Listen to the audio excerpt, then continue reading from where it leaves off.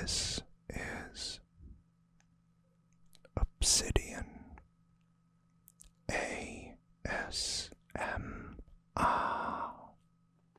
Don't forget to like, subscribe, and hit the notification bell for future videos.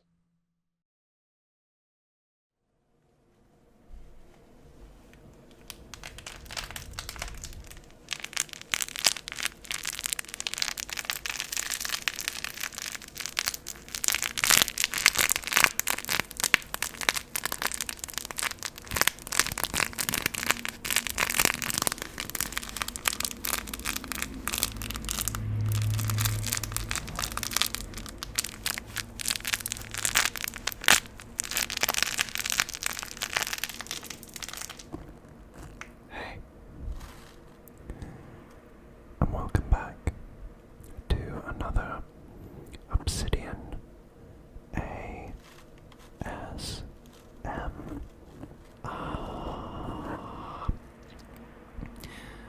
And today I thought we could just do a little ramble and a little show and tell of some more video game related stuff, because I know you all love my video game stuff.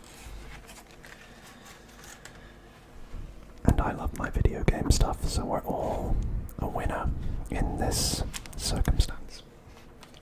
Let me just fix my lighting.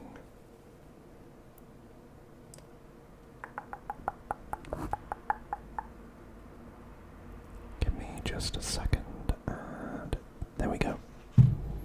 A little cooler in the lighting department.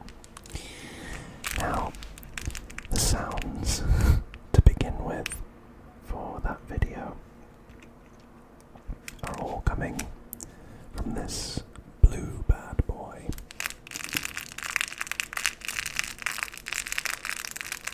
Which, ironically, is a cat toy.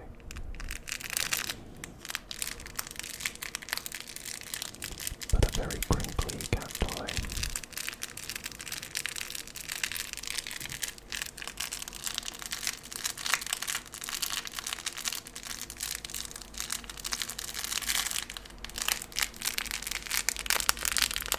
I don't know what makes them so crinkly.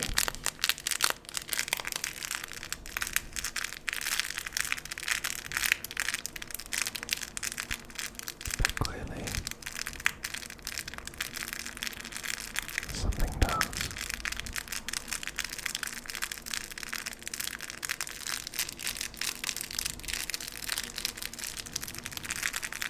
He looks very happy though. With his little ears. And his curly whirly tail. I sadly lost a very feline friend, member of our family, a couple of years ago during COVID. She had the most elegant curly tail.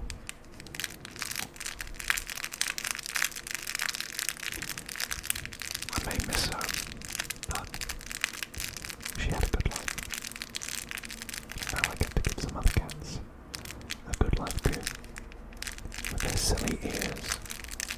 But anyway, although this makes some great sounds,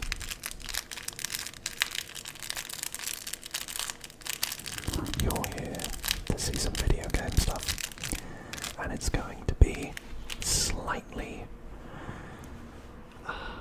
off the wall, unconventional, because it's not video game stuff in the sense of a disc and a case. It's a good word, isn't it? Disc, disc, disc, disc, disc, disc, disc, disc, disc, disc, disc, disc, disc, disc. They're getting rid of discs. But instead, I am a very proud Englishman, as you know, and I like a good cup of tea, also coffee, as I'm progressively getting older. Ain't that the truth? But mostly tea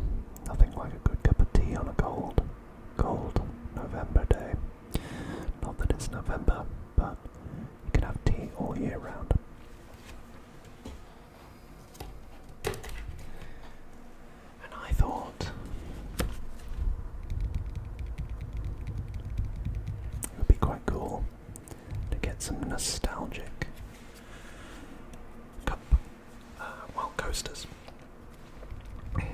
for your tea. And you can see the camera there, and the underside of me. So, these are all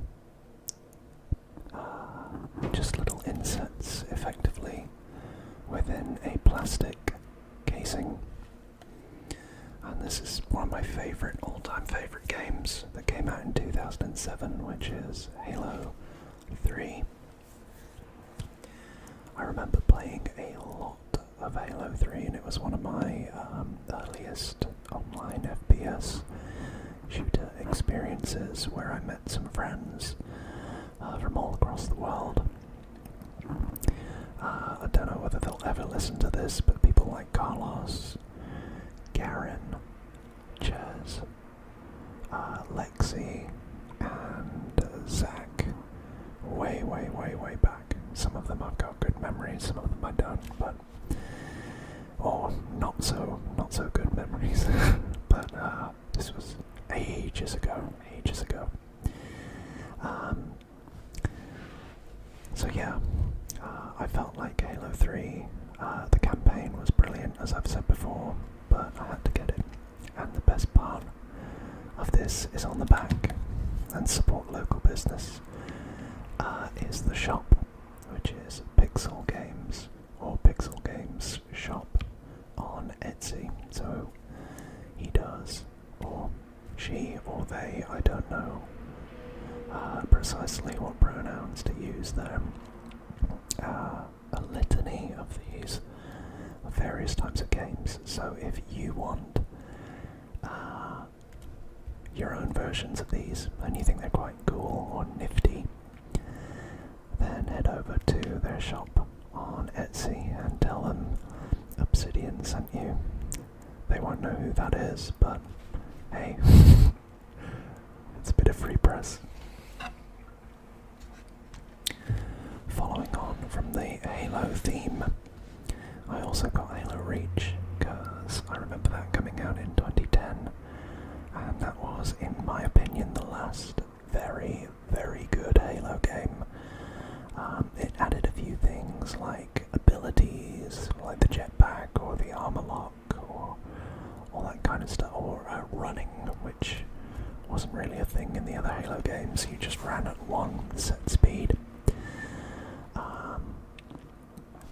But the story of Noble Team on the last days of the planet Reach is one that, again, I'll never forget, with George, Emile, Kat, I think his name was Jun, and Carter, and you play as the eponymous and faceless Noble Six, as you try to evacuate the planet from a Covenant invasion. I remember playing through this on legendary difficulty, and it was difficult. But I always enjoy playing the campaigns in co-op. Whether that makes me a pussy or not, I don't know, but I enjoy playing with other people with video games and getting that kind of teamwork element into it. Who knows? But yeah, Halo Reach was really fun, and I played a lot of that as well back in the day.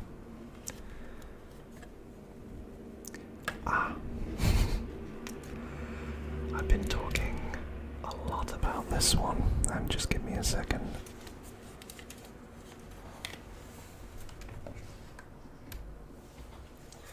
Because I'll do you two for the price of one. So, the Burning Crusade and Wrath of the Lich King are still two of the best, and frankly my favourite expansions that they've done with World of Warcraft. This came out in 2007, and it was promptly followed by Wrath of the Lich King in 2008.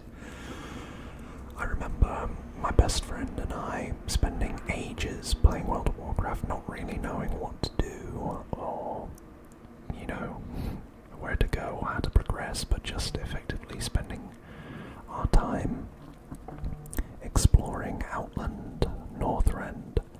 and the rest of the expansive Azeroth back in our early, teen or pre-teen years, and just being in utter awe of the scale and the size of the game.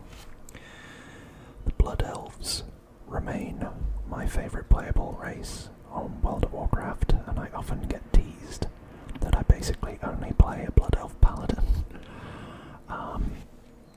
But I really love the tragic story of Arthas Menethil, who became the Lich King, front and centre there, trying to do what's best for his people, but he ends up sacrificing his humanity in pursuit of power and control of the situation, and there's a lesson for all of us in that. World of Warcraft is effectively my hyperfixation. I used to really enjoy just questing, but now I'm getting very much into the end game of, dungeons, mythic plus pushing, and raiding quite a lot.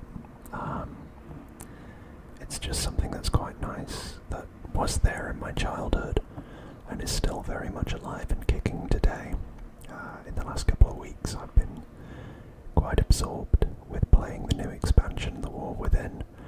And I have to say, Void Mommy, otherwise known as Xalatath, is a phenomenal villain, bordering on the same level as Illidan, Arthas, and Neltharion, or Deathwing.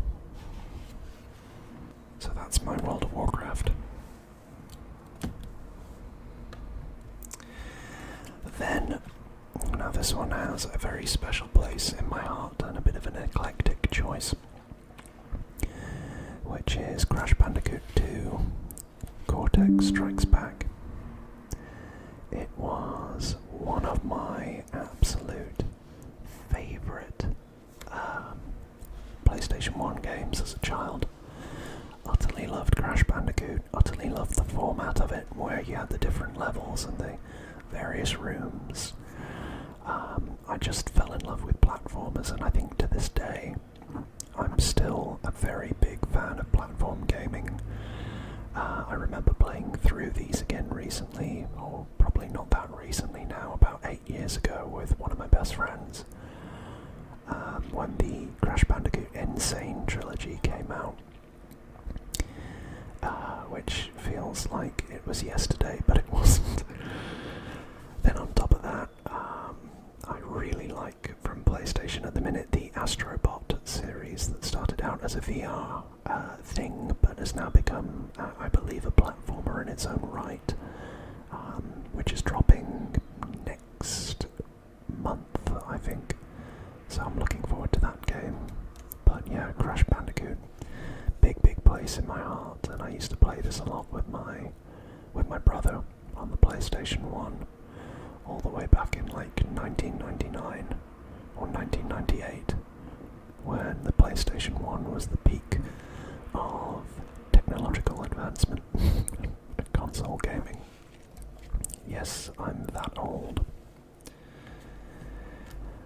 Speaking of my favourite games, I requested this one specifically from Pixel Games. They hadn't provided a Time Splitters Future Perfect one before, but I put more hours into this in my childhood than I did any other game, and I sorely wish they would make a Time Splitters 4. The story of Sergeant Cortez and going through all of the various time zones, trying to unravel the mystery of the time crystals and how the Time Splitters came into existence, is something that captivated my imagination as a child like nothing else. The ability to unlock 150 characters through the various game modes, whether that was the story, the arcade challenge mode, or the arcade league mode, with various difficulty settings was something that I wish I'd completed, but I just wasn't good enough for some of them. And this was back in the day when you buy a game, there was no DLC, and when it went to launch, you probably had to, well, you did have to unlock other modes or other characters through your skill, not to your wallet. And I think that I don't think it's ever going to make a comeback because everything is so commercialized, but the wit and the humour, the diversity of game modes for an FPS, the create a map function, which was well ahead of its time, Time Splitters, Future Perfect was one of the reasons actually that I bonded with my best friend of 16 years, and I remember him coming over when we were like 11 or 12 to specifically play Future Perfect and do the mission, the Hooded Man, on hard mode in the story. And there's one section there where you've got to have like a sniper fight with other time assassins, and it's so difficult. Oh, we found it difficult at that point in time. Very, very fond memories. Very fond memories. And then I think the last three are all my favourite Pokemon games. Again, I played a lot of Pokemon as a child. I wasn't a massive Nintendo gamer, but I was bought Ruby, which was my first Pokemon game that I ever had as a handheld, and I played it all the time on my Game Boy Advance SP. Groudon, or Groudon, is one of my favourite Pokemon ever because of it, hence why he appears twice. And Fire Red came out very quickly afterwards as a kind of remake of the original Pokemon Red version, but just on the Game Boy Advance, not the original Game Boy. That's a solid entry as well.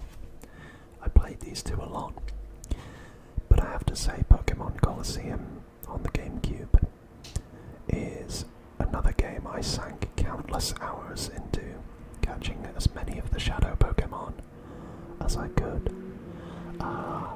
Having those run-ins with Mirabee and Team Snag'em, as they were in the Ore region, and you play as the character Wes, who used to be part of Team Snag'em, but has a change of heart. And this game is where my love of Umbreon and Espeon comes from, because those are the two Pokemon that you get to begin the game with. The story I remember vividly.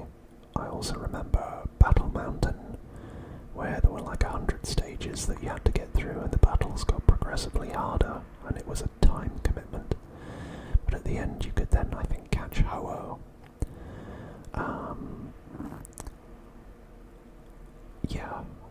Entei, Suicune, Raikou.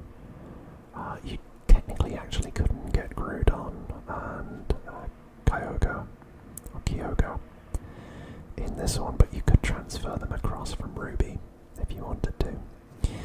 Another really interesting perk or difference in this game versus these two is in the conventional Pokemon games you catch wild Pokemon and train them up.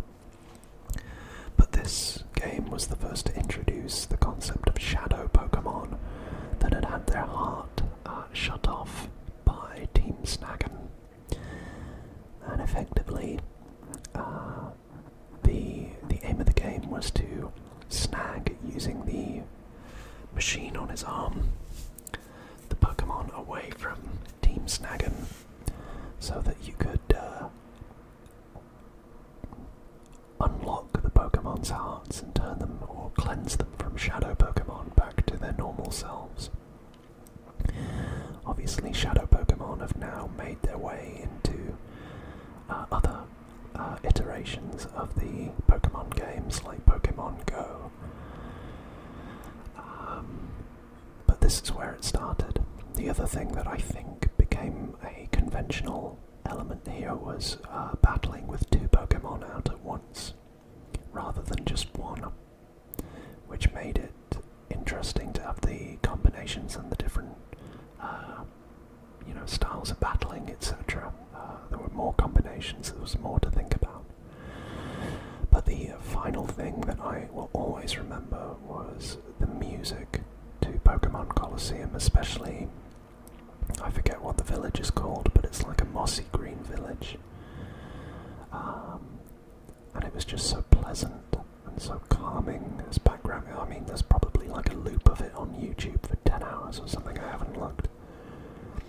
But I remember my dearly departed grandfather coming in to the room that I was playing Pokemon Colosseum and just sitting down while I was there and listening to the music. I found it very, very relaxing, as did I. It was one of the early experiences, listening to that music of ASMR. And so, those are my probably extensive and overly extensive collection of coasters for specifically my cups of tea or coffee. The one I'm using primarily at the minute is Wrath of the Lich King, but the moral of the story is one can never have too many cups of tea or coffee. So with that,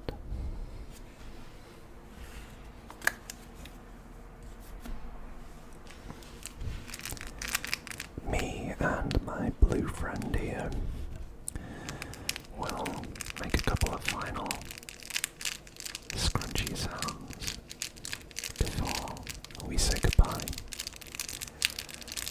As always, no wait, before I say that, if you're new here, or if you just like what you've heard, why not give us a like?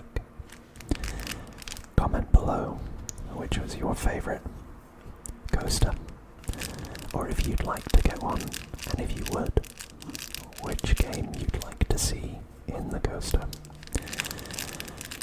And if you'd be so kind, maybe consider subscribing and helping the channel reach other people that may need a bit of relaxation. It really helps spread us through the algorithm and help this community reach people like you who may need a bit of quiet time or a bit of time to themselves after a busy working day or week.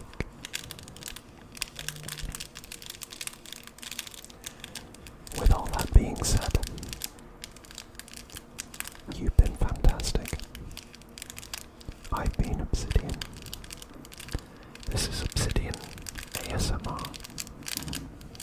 And until next time, as always, take care of yourselves and each other.